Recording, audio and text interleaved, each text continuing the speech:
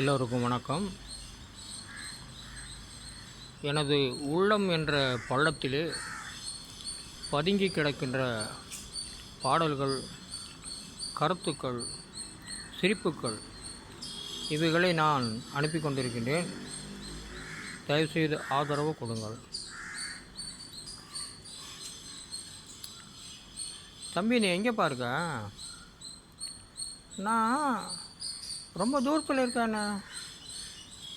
அப்போ நீ ஒன்று செய், நான் இருக்கிற இடத்துல டவர் கிடைக்க மாட்டேங்குதுப்பா. நீ அங்கேருந்து எனக்கு 2 மூட்டையில் கட்டி டவர் அனுப்பி வச்சானாக்கா, அந்த மூட்டையிலேருந்து நான் அவுத்து எப்பப்போ வேணுமோ அந்த டவரை கொஞ்சம் கொஞ்சமாக நான் யூஸ் பண்ணிக்கலாம். அந்த காரியத்தை செஞ்சுக்கிறியா? சரிண்ணே, நான் அனுப்பி வச்சிடுறேண்ணே. எப்போ அனுப்பி வைப்பேன்?